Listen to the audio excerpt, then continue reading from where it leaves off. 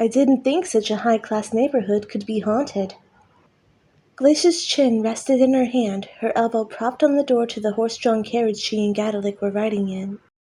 The pearls stringed around her shoulders were blown against the finely stitched fabric of her blue kimono-like outfit sleeved by the passing breeze. Complex buildings towered over them from either side of the street as they passed. "Is this the right area?" the coachman asked for clarification. "Yes, it isn't much farther. It should be just around the corner," the blue-eyed teen answered, matching the return address on the envelope in his hand to the street signs. It led them to an elegant two-story mansion. The purple-haired woman retrieved her two-tone leather pocketbook from the smaller of the two bags they had packed. It was overflowing with cash, but she paid the coach the exact amount he charged, gathered her bags, and casually left out, tapping her foot impatiently when her companion didn't join her right away. "Thanks for the ride. And, please excuse her," Gadalik apologized, rubbing a hand through his striped green bangs with embarrassment before tipping him half of what little there was in his worn-down wallet. He returned it to his green robe's inner pocket, then grabbed his staff and followed Glacia as the coachman drove off. A middle-aged pudgy man in a business suit and tie paced the sidewalk out front of the mansion, frantically checking his watch. He beamed when he saw the two approaching. "Well, looky here, the little lad with a robe and a staff. Might you be that cheap, affordable spook I've read such wonderful reports on?" "Gadalik at your service," he confirmed, somewhat sheepishly. "I told you should have charged more," Glacia offhandedly remarked. "Why, you're already rich," he lightheartedly pointed out. "But he doesn't know that." She winked. He laughed and gently elbowed her. "The name's Albert," the man greeted them, tipping his hat to Glacia and offering his gloved hand to the teen. Gadalik reached for it, and Albert's sudden grip was unpredictably tight. The two rough shakes following it nearly dislocated the younger male's shoulder. "I own this house now that my, lovely mother, Karen, unfortunately passed away from sickness." "I'm sorry to hear that," Gadalik condoled, moving his staff to the crook of his arm to rub his aching knuckles. "So am I," Albert said genuinely. "But more importantly, so are my potential buyers. Her spirit never lets them hear the end of it." "Wait," Glacia interrupted. "Is that the problem? A ghost talking to your home buyers?" "Yes. She has run out 5 potential buyers since she died a few weeks ago." "Is she threatening them?" Gadalik inquired. "No, she's just talking." The woman's red irises stared expectantly at Albert. "What's so bad about that?" Forgive me. I forgot you weren't from around here." The older man cleared his throat. "I don't mean to speak ill of my late mother, but, well, maybe she should speak for herself, and then you'll understand. Please, come inside." He unlocked the double doors and held one open for them. They entered, Glacia setting down her pack by the door. Gadalik paused and turned around to see his client was still outside. "What's wrong? Aren't you coming with us?" "Heavens, no!" Albert exclaimed. I mean, it grieves me to see her in such an unlively state. I'll simply wait for you on the porch. But then again, it might be a while. Perhaps I should meet you back here at sundown?" Glacia recoiled. "Sundown? But it's barely noon." Yes, well, in that case, tomorrow it is." "But that's even longer." "You charge by the task, not the hour," he tutted. "That's not what I—" "Make yourselves at home, and I'll see you then, my good fellows." He promptly slammed the door in her face. The woman stared at it, dumbfounded for a moment. "Geez, what a kook." Gadalik nodded, but his focus was on his job. "This place is huge. Where do I even start?" He didn't have to wonder for long. His striped blue eyes saw the ghost before she became visible as she drifted down from the second floor. "My, oh my, what a pleasant surprise! 2 new visitors!" rang out a delighted voice as an older female spirit descended to hover in front of them. She had grayed hair held in a bun by a braid, and was wearing a pink dress, although all of her colors were translucent. "A family, might she be? And a happy one at that. I wish I could say the same for myself. Will you be moving in?" We don't intend to stay here for long, Gadalik said so as not to mislead her into targeting them, given her negative history with past housemates. Is that so? How dreadful. It's been so lonely here. I haven't had good company in weeks. Glacia raised an eyebrow. What about the 5 people before us? Oh, they were just as bad as my son. Not good listeners at all. Very disrespectful, a lot of them. Thank goodness they decided to leave. The traveling pair exchanged a subtle, uncertain glance. Ah, but while you're here, let me give you a tour of my home. To your right is the kitchen, and on the left is the library. Judging by your adorable little ascot boy, I assume you're the scholarly type. I think you and your sister would like it here, if you decide to stay. Sister? Glacia echoed, somewhat flattered. I'm actually his mother. Karen looked her over, unconvinced, then grinned with forced politeness. You seem hardly a decade older than him. That's because I am. 9 years older, to be exact. With horror, the purple-haired woman realized what that implied. He's adopted, she quickly explained. Gadalik chuckled a bit at her reddening face, which she then attempted to hide with one hand while pushing him away with the other. How sweet, Karen giggled. Now, let me show you the rest of the house. She flew to the 2nd floor while the others took the stairs. This was my bedroom. My good-for-nothing son jumped at the chance to take everything in it after I died, but at least he waited until then. Now, my sister Riley was always begging for my share of our parents' possessions, going on about how she was entitled to our family heirlooms. And I always told her she would have inherited some if she didn't plan on selling them like everything else she got her hands on. Gadalik listened intently. Karen's relationship with Albert seemed strained even before her death, but Riley sounded more problematic. That reminds me of the time she came over with my nephew Cody, trying to use that child as an excuse to bum money from me. But I wasn't going to fall for her little schemes. I bought Cody everything he needed instead, so she didn't get a penny from me. But would you believe it, he grew up to be just like her. After everything I've done for him, too. Shameful, the both of them are. Gadalik swallowed. Albert, Riley, and now Cody? Sheesh. Sounds like the kind who would steal from you even after asking first, Glacia muttered. Oh, Riley has stolen from me before. Countless times. I can't tell you how many things go missing whenever she came around. Despicable. Absolutely. Karen led them past the bathroom and to the end of the hall. Here is my son Albert's old room. Even as a child, he had issues with greediness and listening to me. He takes after his father, you know. I can't imagine why. My husband Carl was never there to help me raise him, let alone influence him. It seems like you've had a hard life, Gadalik sympathized. Is Carl still with us? No. The one good thing he did for me was die, she sneered. The spook winced. She means it. Her own husband. How could so many people have the nerve to treat you like that? Glacia said, angry on the ghost's behalf. If I had family like yours, I'd knock some sense into them. Really? The teen teased her, stopping to let Karen drift ahead out of earshot. I find that hard to believe. The worst punishment you ever gave me was putting child-proof locks on my bedroom windows. That's because the worst you ever did was sneak outside and waste half your 10th birthday cake that I spent so much time baking you on a lost boy who turned out to be a spirit. He chuckled. I thought he was alive. Point is, I can be stern if the situation calls for it. She crossed her arms with mock indignance when he couldn't help laughing. What? I can. Karen looked back and smiled at the two. Unfortunately, they are who they are, and I just had to accept that not everyone will behave how I want. That was a word that got Gadalik's attention. Acceptance was usually the final key to passing on, but there were instances where it had the opposite effect. If a spirit was content with being stuck in the living world, coaxing them into leaving proved to be difficult, especially if they had no interest in resolving what they knew to be their unfinished business. He hoped the latter wasn't Karen's case.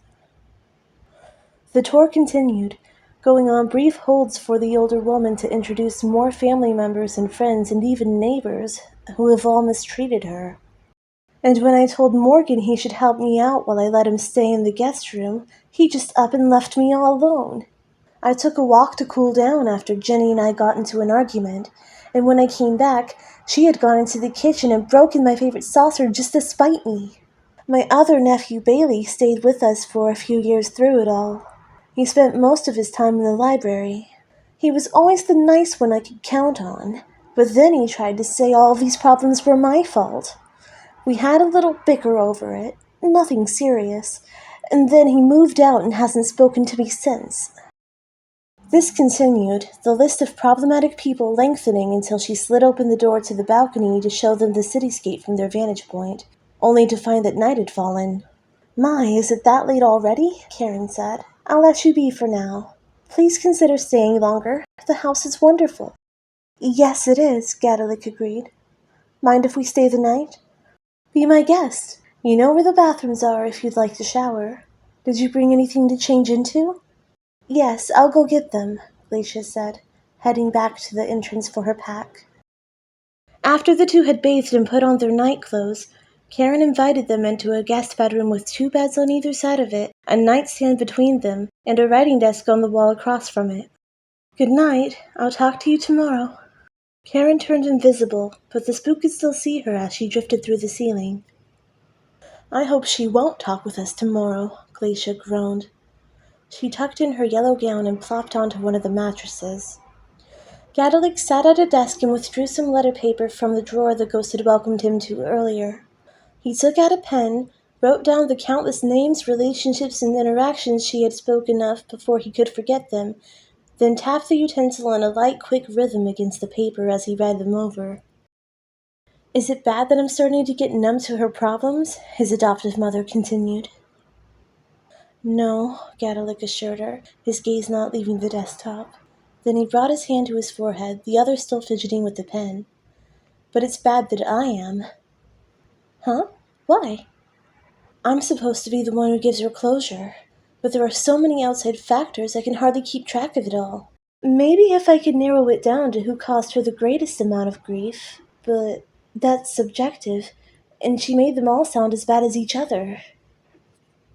She hated seeing him so frustrated. "I say we leave her for the next spook. You're not getting paid enough to deal with her drama anyway." "For the last time, it's not about the money, Glacia. I only care about helping her, and from what I've heard and seen of Albert, I don't think he would be willing to pay the average price for any other spook." "Don't use that tone with me, young man," she huffed. He took a breath, and the fidgeting came to a stop. "I'm sorry. Really. I didn't mean to snap. It's just—" He let the pen drop to bury his eyes in both palms, then sniffed and dragged his hands down his cheeks, holding that pose for a second as he breathed. He faced his mother, looking into her red irises with determination. "I can't just give up on her." Glacia's gaze softened. Well, if they're mostly horrible, maybe you should look for who caused her the least amount of trouble." He was speechless at the solution being so simple. "You're right." He went over the list one more time before he folded the paper, put it in the pocket of his robe hanging on the rack by the door, and turned off the light, but he was too bothered to sleep right away. Karen did say Bailey was someone she could count on until he moved, which was better than how everyone else ended with her. Maybe getting in touch with him could help. He eventually dozed. Gadalik heard the drumming of raindrops on the roof of a disheveled log cabin he found himself in. Blood was splattered on the walls, and a smeared trail of it led to the outside, the crimson color mixed with the mud, guiding him toward a makeshift gravesite. The rain had let up at this point, but water continued to drip down his face. He woke up with a gasp, wiping the tears from his eyes as if that would also eradicate the horrible ache in his chest, and although the dream was instantly forgotten, the feeling lingered. The spook turned over and tried to get back to sleep. When he again dozed, the dream continued where it left off, and this time he jolted himself awake, refusing to go through that again. The rest of the night consisted of changing sleep positions and staring at the wall. No sooner than his eyes fell shut, it seemed, a harsh knocking echoed through the nearly unfurnished mansion, loud enough to wake the dead. Literally.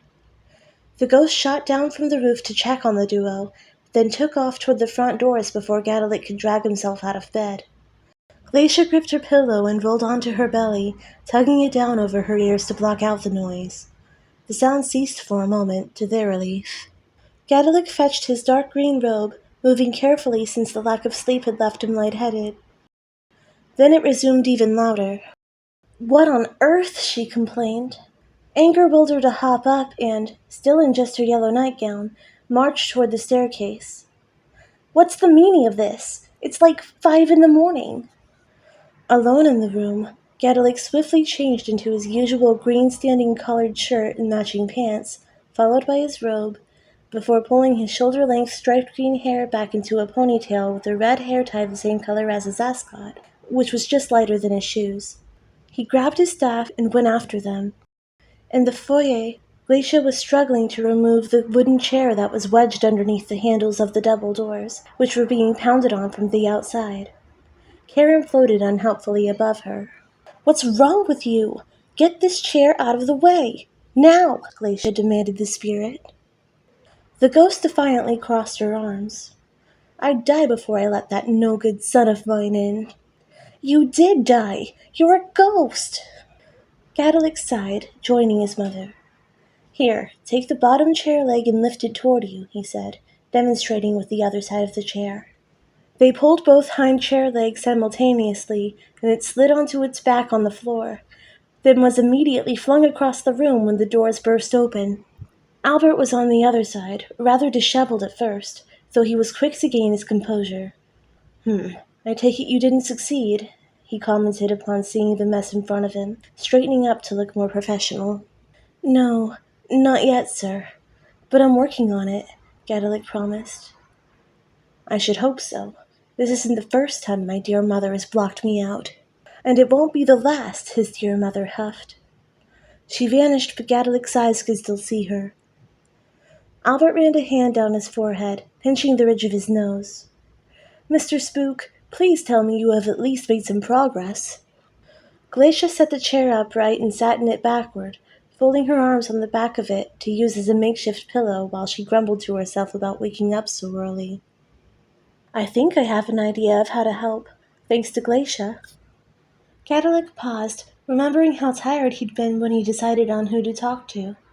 He pulled out the folded sheet with a list of names and their corresponding conflicts with Karen to ensure he wouldn't get the person wrong. "I was hoping you can contact Bailey for me." "Is that my name written there?" Albert interrupted. Before giving the teen a chance to reply, the man swiped the paper from him. "Wait!" Too late. "Is this all she told you?" Albert asked, disgusted. He neatly refolded the paper and handed it back to him. "Nonsense! Utter nonsense! Are you calling me a liar?" Karen, who had been reading it over his shoulder, became visible to confront him. "Well, this certainly isn't how I remember things." The two talked over themselves, neither one hearing the other. Glacia rolled her eyes. Great, now we don't know who to believe. Gadalik tried to keep up with what each of them was saying, quickly getting overwhelmed. "Excuse me." Their accusations devolved into a name-calling screaming match. Enough! The normally calm and quiet boy now irritably raised his voice above theirs. This caught them by surprise, and they stopped to hear him out. He steadied his breathing. Not getting enough sleep tended to make him more grouchy. "Let's go over each point and discuss them. Now does that sound fair?" "No," the spirit and her son cried at once. "Everything I told you is true. He's not even denying it," she said. "But it's not the whole truth."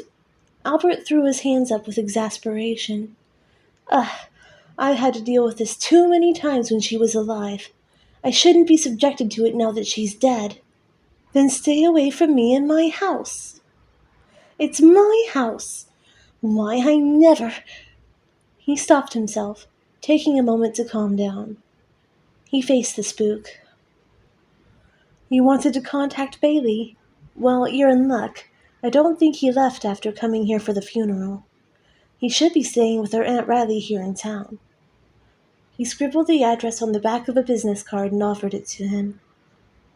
Gadalik accepted it. "Thank you. Whatever it takes. And, Good luck to you and your girlfriend. Girlfriend? Glacia stood so fast the chair fell again. Why would you think I'm... He's only 17! Albert slammed the door between them. Gadalik released a breath, his tension ebbing. He wanted nothing more than to go back to bed, but dismissed the idea. Then he examined the card. Don't bother getting Bailey involved, Karen murmured. He wants nothing to do with me. I doubt that. He came to your funeral, after all, the teen reminded her. That's only because he thought I was gone. Gadalik flinched. Don't sell yourself so short. Karen looked down as if ashamed. He wanted to change the subject. What was your son saying about the list being nonsense? Did I get some details wrong? No, you were spot on. I only wish more people were as good at listening as you are. I do hope you two decide to stay here after all. I don't know about staying, but I'll be back later. Maybe Bailey won't want to come with me, but maybe he will. The worst he can do is decline. Karen seemed unsure, but let him go. The duo had gone out for a quick breakfast before going on the way to see Bailey. I get that Albert's high-strung, but Karen blocking the doors from him is a bit much, Glacia was saying as they walked. She's avoiding the people she's had bad experiences with, Gadalik assumed, half to himself. Understandable as it isn't helping her. You think that's the root of the problem? She's just lonely? The problem is she's not over any of the arguments she's had with them. And if Albert is to be believed, I still think he's a kook. She may not be telling us the whole story. About how she's been the target of everyone all her life? Right. I took her word for it, too. As we should. But after her exchange with Albert this morning, I realized we only heard what they've done to her. And I doubt that every single one of them acted without a reason, whether or not that reason excuses their actions. I just thought they were all nuts like Albert. That could still be the case. Well, hopefully we'll find out now. Gadalik double-checked the address, then walked up the steps and knocked on the door of a house that seemed to have been partially rebuilt countless times. Mismatched paint colors and shoddy brickwork overlaid the base of the decayed wooden walls. Despite the attempts to repair it, the house was still in shambles. Nobody answered. After a couple more tries, he uncertainly triple-checked the card. Usually he had a good sense of direction, but... Who is it? A husky female's voice sounded sharply. Gadalik. I'm a spook, trying to help Karen's spirit. Albert sent me. The door cracked ajar as the lady peered out, then quickly shut it. Who's she? I'm his mother. Just looking out for him, Glacia said. She reopened it and let them in. That Albert never sleeps in, does he? Sorry he's dragged you into this mess so early. Watch your feet. Gadalik jumped up the extra step that the front of the house had been built over, turning quickly to catch Glacia, who tripped over it in the dim lighting. The floorboards were flimsy, bending under their weight and even splintering in some areas. She gestured to a ripped-up couch before taking a seat in the reclining chair across from it. Gadalik, you said? That's an odd name. I'm Riley. She reached her hand out to shake. He instinctively did the same, then hesitated. She took it, thankfully at a reasonable grip. You're Karen's sister? Yes. She's still lingering in this world? No wonder Albert wouldn't let us in that mansion. I thought it was just to keep my parents' heirlooms for himself. It was probably both. Anyway, how can I help? Could you tell me more about your relationship with her and the heirlooms? Certainly. Karen was always the favorite child. We didn't have much growing up, but she still had more than me and our brother, and she also received more than us when our parents passed. She married that rich man Carl and got everything he owned after he died too. But what am I left with? Nothing but her old house ready to fall apart at any second. What problem could she possibly have with me? Karen said you tried to steal from her. Stealing? Such a harsh term. No, it's just taking what's rightfully mine. You can see I'm not well off. I had to raise my son Cody by myself with little money. She helped buy him clothes and food, but that doesn't keep the house standing. Just look at it." As if on cue, a rat scuttled across the room. "Has it always been in this bad of shape?" he wondered. "It's only gotten worse over the years. But my sister wouldn't understand that. She had a successful husband and a fancy mansion. Why, she wouldn't miss a few material objects if I took them." "I don't know about that," Glacia said. "Just because she's rich doesn't mean she can replace sentimental items. And it certainly doesn't give you the right to steal from her, even if she could." "Pfft, of course you would defend her. Look at those pearls on your outfit. You're obviously as wealthy as she is." "Well, excuse me for thinking that robbing someone is still a crime regardless of their financial status," Glacia shot back. "I wouldn't need to steal if she'd just let me have them." "Why, so you can sell those priceless family treasures?" she huffed. "Of course. My son is worth more than any of that junk my parents hoarded." Glacia fell silent at that. Karen knew how bad this environment is for a young boy to grow up in, and she still refused to fund the repairs necessary for the house. That's more messed up than swiping a few little trinkets, if you ask me. "Speaking of your son, Cody, is he home?" Gadalik wondered. "And if Bailey's still here, I'd like to hear from him as well." "Yes, but they're both still asleep. Let me try to wake them." Glacia sat back and crossed her legs as Riley left. She's so entitled. She didn't have to steal things for her son. They both said Karen bought Cody everything he needed. No wonder Karen has nothing to do with her. Even so, just look around. Nobody deserves to live in this state. If Karen could afford to, she should have helped them find a better house, or at least remodel this one, Gadalik sided with Riley. "It's not Karen's responsibility to. Riley is his mother. She's the one who's supposed to provide a house for him, like I did for you. She can't steal from everyone and then expect them to fork over everything they have." "And I'm grateful for everything you do for me," Gadalik said wholeheartedly. "But she only stole so that she could provide a home for him." He gestured to the obvious attempts at replacing the walls. "Yes, stealing isn't the way to go about it, and Riley should be held responsible for that. But everyone needs help once in a while, and if Karen had the means to help her family with something as important as shelter, I think she should have." "She did help us," said a blond man entering the living room. "Karen let us move in with her. She and my mother started fighting about what belonged to who, though, and when things started going missing, she kicked my mom out. But she let me stay." "Cody, right?" Gadalik guessed, and the man nodded. "So what happened after Riley left?" "I know how my mother is when it comes to valuable items. Aunt Karen was always spoiling me, and we were close because of it. When she blamed herself for letting things get stolen, I convinced her it wasn't her fault. It was my mom's." Glacia nodded in agreement. "And then something got between you," Gadalik said. "Something about money?" Cody narrowed his eyes. "I've never asked her for anything, especially not money, until that day, mainly because she gave me everything I could ask for before that.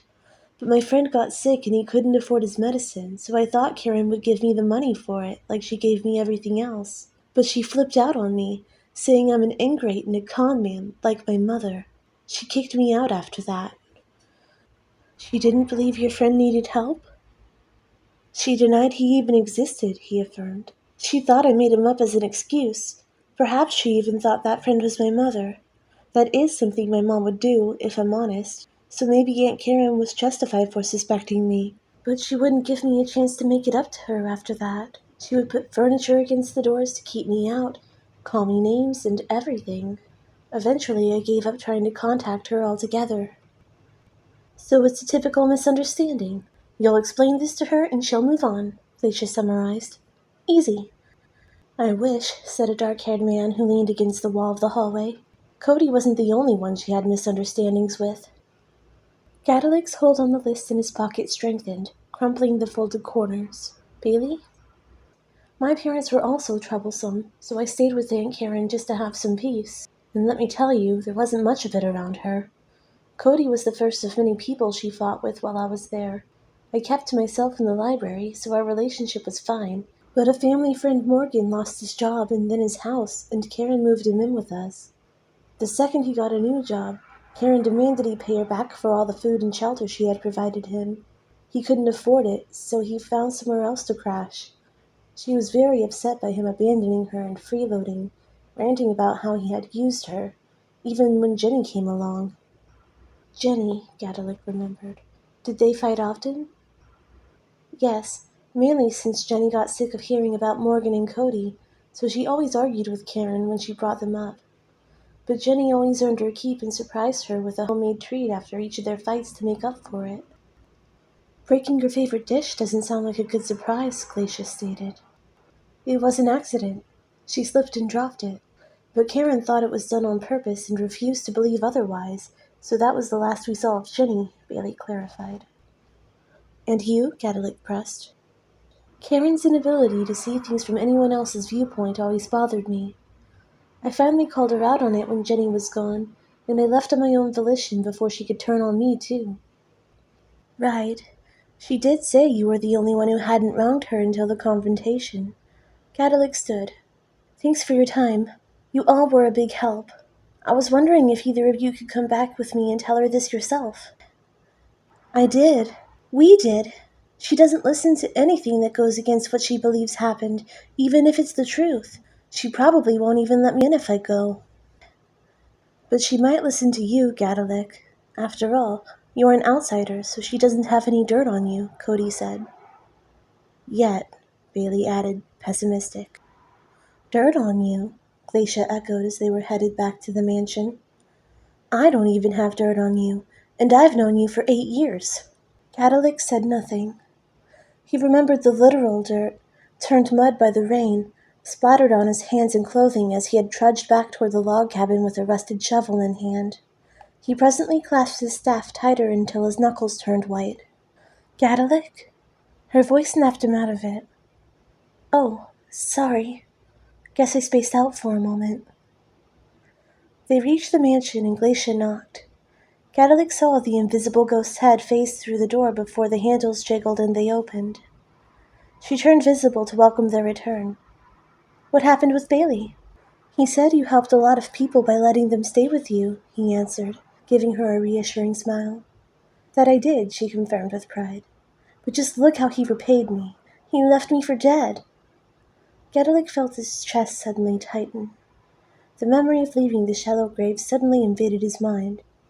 No, it wasn't my fault. I was a child. There was nothing I could do to save them. Literally, she added upon seeing his reaction, as if to lighten the mood some. I know you feel like Bailey left you, but maybe he felt like he didn't have a choice, he tried again. Do you remember anything he told you before he left? All I remember is how everyone hurt me and then tried to come back to hurt me some more. But how can you be so sure that they intended to hurt you? Because hurting me is all they've ever done. Why else would they come back? To reconcile with you? Well, the damage has already been done, and if Bailey were really sorry, he wouldn't have left in the first place. He felt like they didn't have a choice. Gadalik's voice faded. This was going in circles. He struggled to rephrase things in his mind when the memory interrupted it again and his chest ached. I didn't have a choice. He tried to dismiss it, although it lingered in the back of his thoughts. Focus. I'm here to save Karen. But what if I can't save her? Like I couldn't save my parents? He shook his head ever so slightly. No, stop thinking like this. I'm not a helpless kid anymore. I can help. I just need to think of how to. Sounded to me like you're the one who made everyone leave, Glacia said when her adoptive son remained silent. Well, of course. I refuse to tolerate their mistreatment of me. Define mistreatment and then reevaluate yourself, she muttered. Excuse me? Did you read the page your son wrote? Don't tell me you didn't listen to a word I said since you came here. Maybe more people would listen to you if you weren't so negative all the time, Glacia yawned, casually stretching her back for a few seconds. Just saying. I mean, I started tuning you out halfway through your rant on Morgan, because it was just more of the same problems with the same unsatisfactory ending of never speaking again. How rude! You should be more considerate, like Gadalik. Sorry, but I don't recall hearing you say a single nice thing about anyone you mentioned yesterday. You had a decent relationship with these people at one point in your life, right? It sounds like you're only focusing on the bad parts. Because the bad parts are the most recent, ma'am, Karen said haughtily. They wouldn't be if you hadn't cut ties with them afterward, Glacia argued, fed up with the situation. That's it. Get out of my house. What? Are you seriously proving my point right now? She laughed. Out, Karen wailed. I allowed you into my home, let you spend the night, and you repay me with such disrespect? You're just as bad as the rest of them. So ungrateful, so judgmental. Get out. Out, out, out. Gladly, Glacia complied, her hands raised in mock surrender as she left to get her belongings from the guest room. Gadalik had found it difficult to process their conversation, but had tuned in just in time to hear the end of it loud and clear. He started following his mother. Oh, not you, sweetie. You can stay as long as you want, Karen said to the blue-eyed teen. If I learned anything from my nephew Cody, it's that no matter how nice you treat someone, they might turn out as bad as their parent. But you're nothing like that ill-mannered mother of yours. Probably since she's not your actual mother. Gadalik's staff abruptly dropped, the sound of hardwood clacking against tile reminiscent of thunder echoing across the empty home. Glacia came back to inspect the noise, finding that he had fallen to one knee, his staff on the ground, and one hand clutching his chest. He was fighting to breathe deeply despite his lungs feeling too constricted to hold that much. Hey! Are you all right? She rushed to his side and rubbed his back. Karen circled around him worriedly from above. He found speaking between breaths to be too difficult, but managed to weakly hold his trembling index finger up to imply he just needed a moment. They backed off to give him space. Then he puked. Karen took some paper towels from the kitchen and handed it to him, then turned to Glacia, her voice hushed when asking, "What's wrong with him?" I've no idea. He's never been like this before." Glacia dragged the chair over to him, then stood the staff upright, holding it in place if needed for support. Gadalik used it to pull himself up and into the chair. The tension in his chest was easing up gradually, eventually allowing his breathing to normalize enough to say, "I'm all right." "Are you sure? What happened?" "I don't know. Just stress." He'd felt more stressed in the past, but this was new. He swallowed dryly. "I'm all right," he repeated, his stronger voice proving it. "You've been acting a little off ever since we left Mount Theed last week. Maybe you need a break." "That was a week ago? Feels like a lot longer." Gadalik finally could get a full breath in. "Yeah, you're probably right." He hadn't been able to sleep very well for the past week, but he hadn't considered that what happened on their trip could be the cause of it. "You should lie down and rest," Karen recommended. At his approving nod, she moved to pick him up, but he stopped her. "I can make it," he said, standing up with his staff in hand. Aside from how tired he was back to normal. Glacia and Karen both kept an eye on him until he closed the guest room door and collapsed onto his temporary bed, instantly feeling better upon doing so. Minutes passed, maybe even a quarter hour before he turned over to stare at the ceiling. "What am I doing? I shouldn't sleep now, even if I were able to. My purpose is to help that spirit, yet I'm making this all about me." Gadalik looked at the staff propped against the nightstand between the beds. "It's not about me." "You're lucky to have someone who cares so much about you," Karen remarked to Glacia back in the foyer. "I envy your kinship. It must be nice never fighting with each other." "Are you kidding?" Glacia laughed. "We argue all the time. Not to the extent of you and Albert, but still. How can you say you care about each other if you fight so often?" "Because arguing is normal. Even the closest people in the world don't get along every day of their lives." Karen cocked her head skeptically. "But every time we talk to each other, we both learn from the conclusion and we compromise. They're more like debates or discussions, but there's not much of a difference when you boil it down." She faced the ghost. "If you don't finish an argument, nobody learns anything, and you both walk away miserable." "Is that so?" "She's right," Gadalik agreed as he descended the stairs.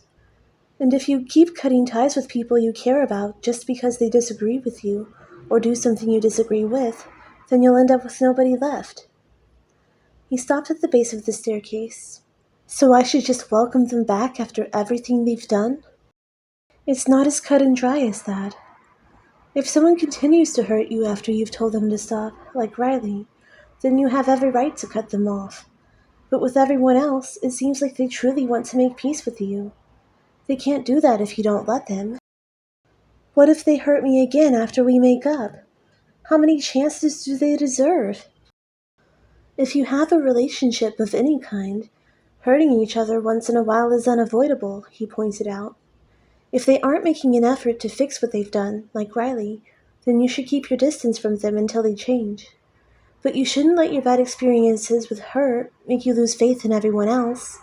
What happened with Jenny was an accident, and as for Cody, Morgan, and Bailey, the problem stemmed from poor communication. They heard what you had to say, and they still care about you. Even Albert does. They want to be a part of your life. All you have to do is listen to them. Karen landed for the first time. The fog around her ghostly figure died down some. Standing there, she seemed almost alive. All right, I'll hear them out. That evening, Gadalik and Glacia waited outside of the small rundown home after watching Karen and Albert go inside. It had been nearly 2 hours when the latter finally exited alone. She's gone, he reported, although he didn't sound as happy about it as Gadalik expected, given how desperately the older man had pleaded for him to get rid of her the previous day. His change of heart is a good thing, the spook determined. We all reached an agreement before that. I'll use part of the money I receive from the home buyer to make sure everyone has what they need, Albert continued. They finally made up, forgave each other, and then she disappeared. Well, why wouldn't she? There's no more reason for her to stick around, Glacia replied. Yeah, guess you're right. He sniffed. Then he turned to the spook and extended a closed hand. Here. Gadalik did the same with an open palm, and his eyes widened when he saw the amount of money placed in his hand. That's way more than we agreed on. And you're complaining? Glacia nudged her son. You deserve it. Gadalik glanced between her and his client, then reluctantly accepted it. You're welcome to stay another night, Albert offered. The teen suddenly shook his head when his mother looked at him for an answer. Nah, we should be getting home. Thanks anyway, though, she responded. They parted ways and flagged down another coachman. Night was upon them soon after they left the town behind. I think we need a vacation, Glacia commented, if only to break the silence.